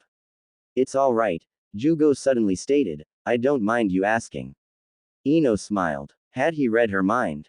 Do you hate being locked up? No, Jugo replied after a few seconds' silence. No, I don't hate it. I prefer it. Ino frowned. Jugo noticed. It means I can't harm anyone, Jugo continued. This way, all I ever destroy are chairs. It's better this way. I'm a monster. Surely you don't really think that? Ino asked. Jugo smiled weakly. Something tugged at Ino's heart then. Maybe she pitied him, or maybe she truly felt something for him, but she knew she couldn't let him rot down in this dark cell for the rest of his life. He had a daughter. A child he obviously loved, but could never see or touch. What kind of parents could ever live without a child's smile? What's her name? Ino changed the subject. Jugo seemed surprised. Kasumi, Jugo finally whispered. Ino smiled. That's a beautiful name. Did you choose it? Jugo shook his head. No, I'm terrible with names. Shizuka chose the name. She was named after Shizuka's late lover, Sagiri. And you're okay with that? Ino asked. Yes. Shizuka will always love him, at least partially deep down in her heart. Ino smiled. And where is Shizuka and Kasumi now? Jugo closed his eyes, then turned his attention away and focused on the door instead. Ino bit her lip. She wasn't sure what to expect. I don't know, Jugo finally admitted. Shizuka is the leader of her village. She probably went back, and took Kasumi with her. Does she visit? No, she never has. Ino's heart ached for him. Is it all right if I come again? Ino asked as Mai lead her outside. Of course, Mai agreed. Come whenever you like. Ino thanked her, then slowly made her way back up the stairs, where she was greeted by the sun. Ino shielded her eyes from the bright light and looked into the distance. Konoha. Did the people even know the dark, dirty secrets of their own home? Did they know that every day, they practically walked over a prison? Ino was disgusted. She was going to make this right. Jugo deserved that much. Welcome home, Naruto greeted from the kitchen when Ino returned. Ino pulled off her shoes and made her way to the kitchen. She was exhausted, having stopped by work to check on a few things. Kana seemed to have everything in order. How did the meeting go? Naruto asked as he added more salt to whatever he was cooking. It went well, Ino stated, but her emotions were not agreeing with what she said. Feeling a heavy weight on her chest, Ino approached Naruto slowly, stopping a few inches away from him. He watched her curiously, putting down the salt shaker and turning to face her. Ino. He gently called out her name, lifting his arm and gently caressed her cheek with his warm fingers. Ino closed her eyes and sighed at his touch. She needed to be comforted. Feeling bold, Ino took a step closer and buried her face in his chest. He did not tense. He merely sighed and wrapped his arms around her. It's okay. Everything will work out. He is lonely, Naruto, Ino muttered. He wants to see his daughter, although he didn't admit it out loud. But I could see it in his eyes. He wants to see her desperately. Shizuka too. I know, Naruto whispered. I know. Can't we allow him that? Just that little contact with his family for the time being? Ino asked, pulling away far enough to look Naruto in the eye. Naruto stared at her for several seconds, then closed his eyes and leaned his forehead against hers. I tried, Naruto admitted. I've contacted Shizuka several times. She never replied. Where is she? Ino asked. I'll contact her this time. Maybe she'll listen to me. Naruto smiled. You're not giving up, are you? No. Ino smirked. Sound familiar? Never giving up. Naruto chuckled. A little, yes. Shizuka is the leader of Nadeshiko village. So she can come see Jugo? Ino asked. Yes. Ino smiled warmly, and before she thought it through, planted a soft kiss on Naruto's lips. His eyes widened, but Ino thought nothing of it and broke free from his grasp, returning to the study so that she could start writing a letter for Shizuka. In the silence of the kitchen, Naruto absently touched his now tingling lips. The sun had just crept from its resting place, casting a bright glaze over Konoha. Ino was lying in bed, her eyes wide open. Everyone was still asleep, but she couldn't sleep any longer. Her mind raced and her heart was heavy with trouble. Don't let everything bother you, Naruto's voice suddenly said from behind her. Ino nearly jumped out of her skin. She had not known that he was awake. She felt him move behind her and not wanting him to stare at her backside, she turned to face him. His blue eyes were glazed and he seemed to still be half asleep. It was cute, in its own little way. I can't help it, Ino muttered, everything is just messed up. I know, was Naruto's reply. Does it bother you? What? Sharing a bed with me? Naruto snorted and closed his eyes. No, but I'm not your Ino, Ino stated, I'm just in her body. Why doesn't it bother you? Naruto sighed and opened his eyes again. And you kissed me, so we're both guilty, aren't we? A blush crept to Ino's cheeks. She hadn't meant to kiss him, it was a spur of the moment thing. Naruto smirked and dropped her arm over her waist. Might as well go with it, we're both going to hell anyway. Are you trying to be funny?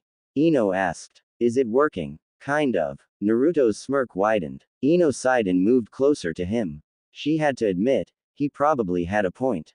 To hell with it, she liked him and she was going to enjoy him while she could. After all, there still was no guarantee that things would go back to normal. What if she had to stay his wife for the rest of her life? Where do the kids go while we're at the summit? Ino changed the subject. They stay with mother and father, usually, Naruto replied. Hinata attends the summit herself, Sasuke is my guard and Karen can't look after 6 kids by herself. Ino mumbled in response, what about Hinata's kids, then? They have a grandfather, you know. Ino rolled her eyes, but a smile formed on her face. She had to admit, she found it endearing when Naruto called her parents, mother, and father. It meant they were there for him, that he wasn't alone anymore. Being an orphan must be tough. Ino could not fathom it. Feeling bold, Ino snuggled against him, enjoying the feel of his warm skin against hers. Naruto did not seem to mind. Tell me something about your Ino, Ino suddenly piped up after a short silence. Like what? Naruto asked. Anything. Naruto was quiet for several seconds, probably thinking of something good to share. She has very strongly developed morals. She doesn't take shit from anyone. I used to call her my own little feminist. Ino chuckled. Has a temper, then. Worse than Sakura's, Naruto replied, but don't tell her I said that. Ino chuckled again, but she did not forget to lament silently for her friend's passing. Having no Sakura in this dimension was strange. Now your turn, Naruto pointed out. Tell me something about your Naruto. But not something obvious. Not much to say, Ino admitted, I wasn't really close with him. But I was happy to see him again after he returned from training. Did you train with Jiraiya? Unfortunately, Naruto grumbled. Ino laughed. It's only recently that I started to notice that he's not that bad looking, Ino continued. Naruto snorted and tightened his grip on her waist. Darlin', he whispered huskily, we're the epitome of why. When did you get so full of yourself? I've always been like this, Naruto pointed out innocently. As if, Ino laughed as she playfully hit his bare chest. Naruto chuckled and buried his nose in her hair. Ino felt her heartbeat speed up a notch. Things are changing, aren't they? Ino suddenly asked. Was the mumbled response she received. Ino sighed and closed her eyes, enjoying the last few moments of the morning, burying the guilt of sharing a bed with another's husband deep within her consciousness. Gaara had a very keen eye. His sister had pointed it out to him quite a while ago. Gaara saw things others didn't, and that's what made him successful. However, Gaara knew that his gift to see didn't come to him on its own. No, he learned it from someone. Someone he cared for more than anything, except maybe not as much as he loved his family. Uzumaki Naruto taught him how to see. Ever since the blonde had defeated him, Gaara saw the world in a different light. It was like his eyes opened for the first time. And now Gaara could see the storm coming. Not sleeping again, a voice interrupted his thoughts. Gaara turned his attention away from the sunrise and turned to face the door that led to the balcony instead. Hinata was watching him with a worried expression, her arms wrapped protectively around her swollen belly. You know I won't ever truly fully recover, Gaara replied. Hinata nodded. She knew that her husband would never be able to sleep like a normal person, but that didn't mean she could still hope. With a small smile, she approached her husband and leaned against him, her lavender eyes focused on the sunrise. You can feel something, can't you? Hinata asked. Yes, was the response. Something is coming. Something big. Hinata closed her eyes and inhaled deeply. Gaara lifted his arm and wrapped it around her shoulders when she shivered. Madoka, she suddenly whispered, the wind carrying the name with it. Gaara looked down at his wife in confusion. I want to name her Madoka, Hinata continued, if she's a girl. A small smile tugged at Gaara's lips. Hinata knew that his silence was his approval of the name. However, she also knew his silence was an end for worry. The annual Cage Summit was just around the corner, and he didn't want her to travel the distance so far into her pregnancy. But Hinata knew she couldn't just stay. Gaara felt a storm brewing, which meant trouble, and she was not going to allow trouble to rip them apart. I love you, Hinata whispered. Once again, Gaara did not reply, but she knew he loved her too. Kakashi and Shizune are coming over for dinner tonight, Naruto stated as he pulled on his robe. Ino nodded and handed him his hat. Naruto took it with a grateful smile. He placed it on his head and locked gazes with his wife. Everything is going to fine, Naruto stated, things will work itself out. You just keep studying that notebook, okay? Ino nodded again. Naruto stepped closer and pushed a stray lock of hair behind Ino's ear. She shivered at his touch. I know we probably shouldn't. Naruto began, but trailed off when Ino placed her finger on his lips. She smiled and shook her head. Naruto sighed in defeat and dropped his arm, stepping even closer, never breaking eye contact. May I? Ino's small nod of confirmation was more than enough. Naruto leaned down and locked his lips with hers, a powerful surge of emotion swept through both of them as their lips touched. They both knew they were falling into deep, but neither of them cared.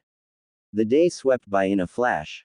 Before Ino knew it, she was preparing dinner for their guests. Of course, neither the guests or Naruto had arrived yet, but she was keen to impress. Minato was drawing with crayons behind her on the floor and Kagaya was outside training. Minato was humming a familiar tune and it touched Ino's heartstrings. She was really settling into her life here, and she wasn't sure if it was a good thing. The doorbell snapped her from her reverie.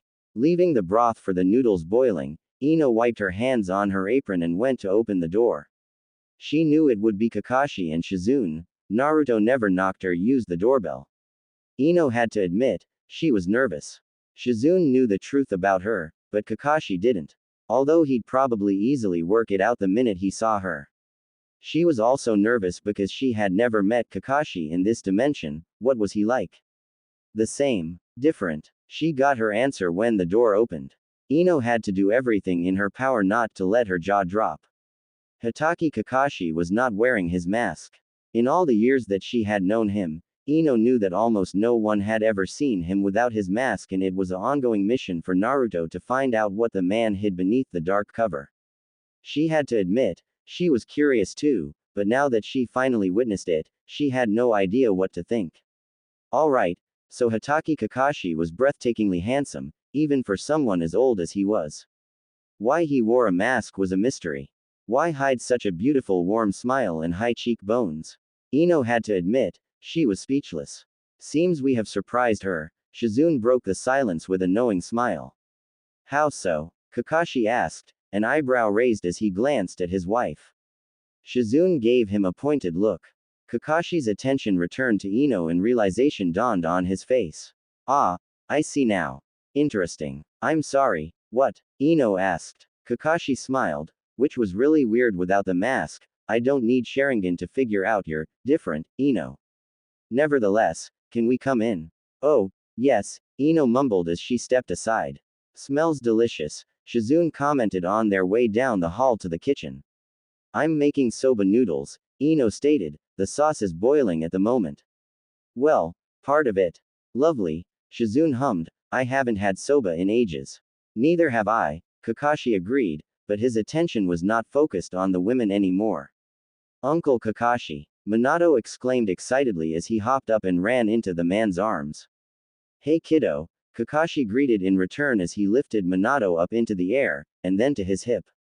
What are you drawing, Mr. Pakun? Minato grinned, but I think I made his head too big. Oh dear, Kakashi said, a twinkle in his eye.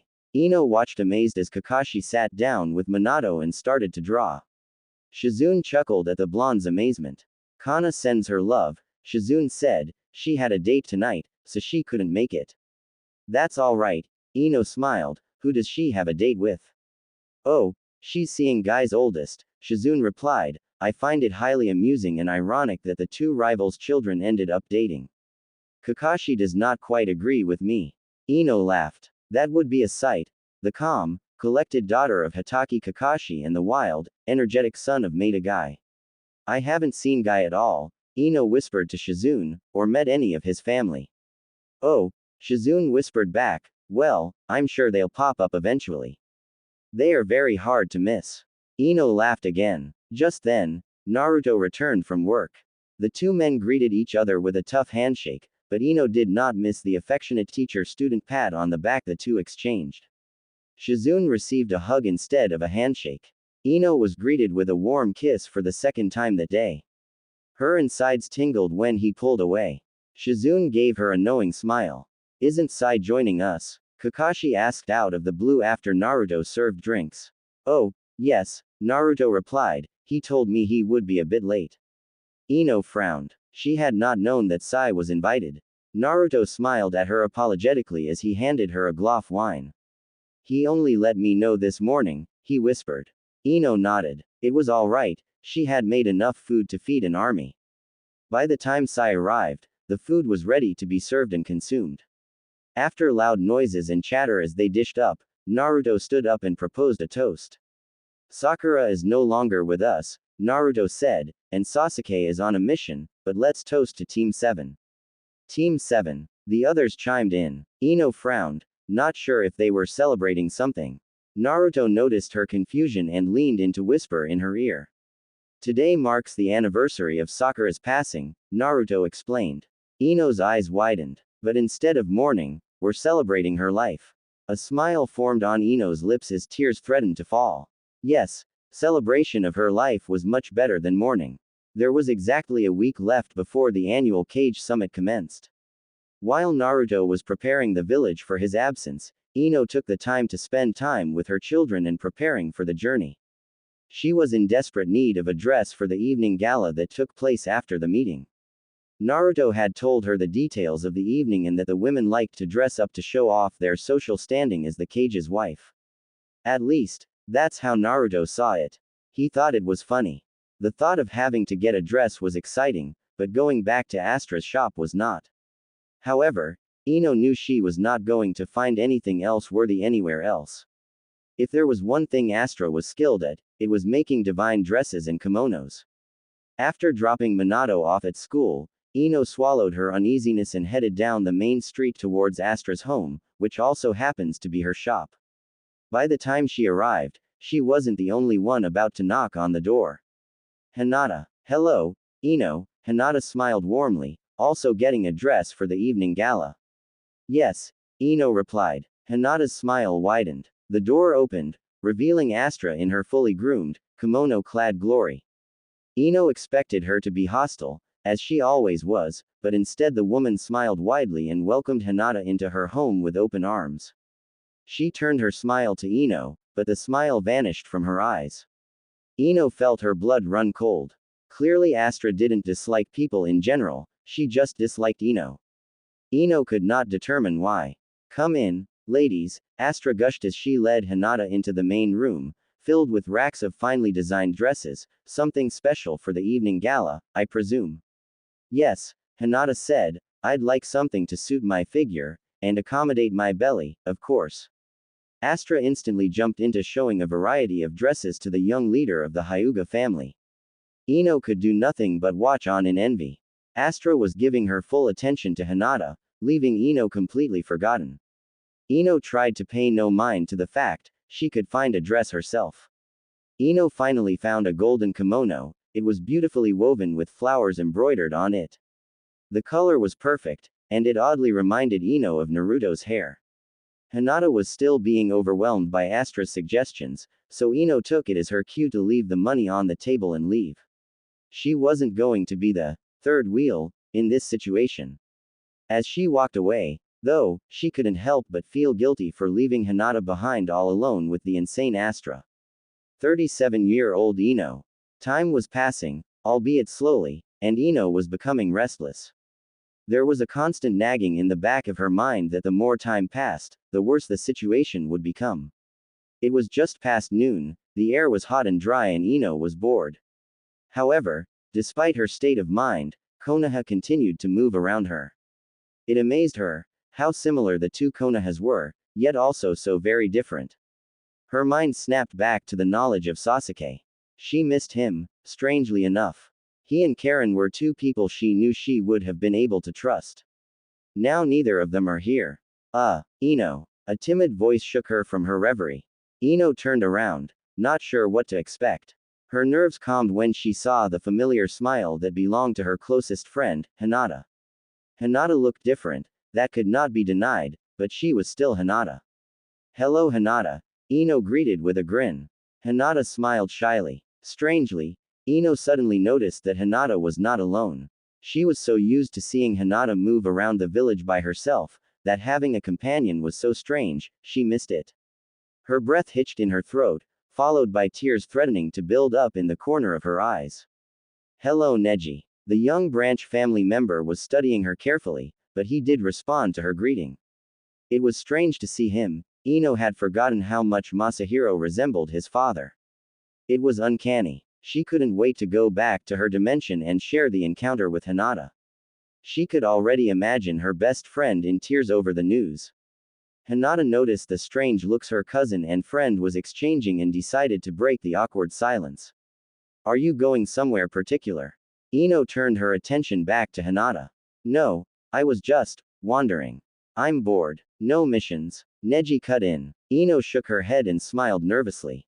Tsunade still refused to give her missions. Neji and I were going to get something to eat, Hinata stated. You can join us, if you like. Ino grinned. Sure, I'd love to. After a satisfying lunch with Hinata and Neji, Ino excused herself and returned to her wandering. She had enjoyed her time with Hinata, but it wasn't quite the same. It was even stranger with Neji being so distant. He was nothing like the Neji she knew. Although that was to be expected. There you are, a voice cut in her thoughts. Ino rolled her eyes. Was she going to keep running into people today? It was Shikamaru. Hey, Shikamaru, Ino greeted. Shikamaru was also studying her closely, much like Neji did. What? I've noticed lately that you're different, Shikamaru pointed out. Ino swallowed nervously. She had had a feeling that Shikamaru would pick up on it quickly. He always did. And you only approach me about it now? Ino asked. I figured it was none of my business, Shikamaru pointed out, not to mention troublesome. Ino snorted. Shikamaru hasn't changed in this dimension at all. The door behind Shikamaru opened, and Ino noticed it was the famous barbecue restaurant Asuma always took them to eat. Next time you're paying, Shikamaru, Choji grumbled as he opened a bag of chips. For the second time that day Ino's blood ran cold, but this time the tears didn't just threaten to fall. They were freely flowing down her cheeks, and before she knew it she had thrown herself at her teammate. Choji dropped his bag of chips when her arms wrapped around his neck. He froze and glanced at Shikamaru. What's going on? Shikamaru was watching the scene with a calculating eye. I'm going to assume this version of Ino hasn't seen you in a long time. Huh, was the only response Choji could come up with. Ino was sobbing uncontrollably into his shoulder and he wasn't sure what to make of the situation. He was nervous, and a blush had already formed on his cheeks. Ino finally pulled away and looked Choji in the eyes. She had had a feeling that perhaps he would also be alive. After meeting Sakura and Neji had risen that hope, but she hadn't clutched onto it. And yet, now here he was, young and as chubby as ever. She had missed him, all of him. Chubbiness included. Sorry, Ino muttered as she wiped the tears from her eyes. Shikamaru is right. I haven't seen you in over 2 decades. Huh, was Choji's reply, once again. Shikamaru smirked. And so the cat was out of the bag. Shikamaru, Choji and Ino had decided to situate themselves in the park, in a part which was usually isolated from the norm. Ino had told them her entire story, including how she had traveled from another dimension. They both listened without interrupting. I wasn't supposed to tell anyone, Ino finally said after ending her story, but I guess I can't really hide it that well. So, Choji began, our Ino is, in your dimension in your body. I have reasons to believe so, Ino replied. It explains your odd behavior, Shikamaru put in, but it doesn't explain the pregnancy. Pregnancy, Choji echoed. Ino sighed and rubbed her forehead with the palm of her hand. It's complicated. I once again have reasons to believe that the child is mine, not your Ino's. What makes you say that? Shikamaru asked, intrigued. This Ino is a virgin, Ino stated, you told me so yourself. And the pregnancy is rather peculiar, there is no physical signs of the fetus growing. I think something went wrong with the technique, and somehow tissue got transferred as well. I still don't get it, Choji muttered. Ino sighed again. So the fetus was transferred with the technique with me to this body. However, it was not able to do it properly. I have physical signs of pregnancy, but not the fetus growing. My stomach is still flat. So the baby is here with me, but at the same time, not. Which poses a danger to you both, Shikamaru piped in. Ino nodded. So basically, it can be deduced that the baby is caught between the 2 dimensions. Ino nodded again. You're pregnant? Choji finally clicked. Ino rolled her eyes. Do you think your body would be showing signs of a growing fetus? Shikamaru asked. Possibly, Ino replied, but I wouldn't know. I am yet to find a way to communicate with your Ino. You can do that? Choji asked. I should be able to, Ino said. Something similar has happened before. Shikamaru narrowed his eyes. Ino was fidgeting nervously. And then it clicked. You were the one who created the technique. Ino bit her lip and nodded slowly. Well, Shikamaru sighed, guess we're in for a challenge. It was as the sun started to lower over the horizon that Ino decided enough was enough. Keeping things in the dark wasn't getting her anywhere, in fact it put a damper on things. She needed to fix the problem, and the only way to do it if she had help and support. It was time she approached Tsunade. Tsunade was seated at her desk, reading over a collection of documents that needed to be signed and returned to Sunagaku. When Ino entered her office without knocking, she looked up, alarmed. You know, Tsunade began, usually people knock. I'm not people, Ino replied coldly. Tsunade narrowed her eyes. What do you want? Tsunade asked. I've had enough of keeping secrets, Ino explained. I'm not going to tell the whole world, but only those who deserve to know the truth. Tsunade's eyes widened. Knowing that this was serious, Tsunade put the document she was reading down and leaned forward in her chair, her elbows resting on the desk. We had an agreement, Tsunade stated, and you were the one that didn't want anyone to know. Originally, yes, Ino agreed, but things have changed. Tsunade raised an eyebrow as she studied Ino's face. There was determination on the young woman's face, determination Tsunade had never seen on the woman before. Perhaps that was the difference between the 2 Inos, or maybe younger Ino has been holding back all these years. Tsunade sat back in her chair and sighed. You love him, don't you? Tsunade asked. Ino frowned. Even though Naruto in this dimension is probably nothing like yours, you love him. Always, was the curt reply. A small smile formed on Tsunade's lips. Fine, you win. Tell them, I don't care. Just remember, if they go running in fear, don't blame me. Ino smirked. Oh, I know. Naruto was surprised when there was a knock on his door. Not many people usually came to visit him. It was probably Sakura with a batch of disgusting soldier pills. Again. So when he opened the door, he was surprised to see Ino. Oh, he mumbled, hi Ino. Ino smiled, but her erratic heartbeat was preventing her from playing it completely cool. She was nervous. She knew Naruto, but she didn't know this one that well. What if he really did go running after she told him the truth? Ino bit her lip, but then Naruto grinned at her as he invited her inside. Just that grin was enough to melt the doubt away. No, Naruto would never run.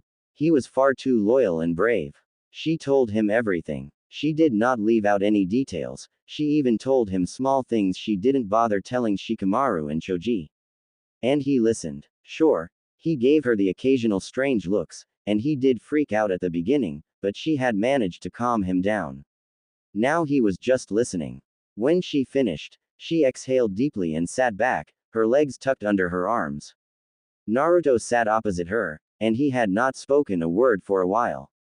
Finally, he exhaled loudly, wow. I don't know what to say. A smile tugged at Ino's lips. Rendered you speechless. I tend to do that.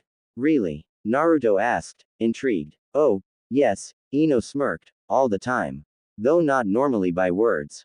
Naruto furrowed his brows in confusion, then he realized what she meant. A blush crept onto his cheeks. Oh, Ino chuckled. So, Naruto started awkwardly, we're, married. Ino hummed, in a different dimension, at least. That's really weird, Naruto exhaled.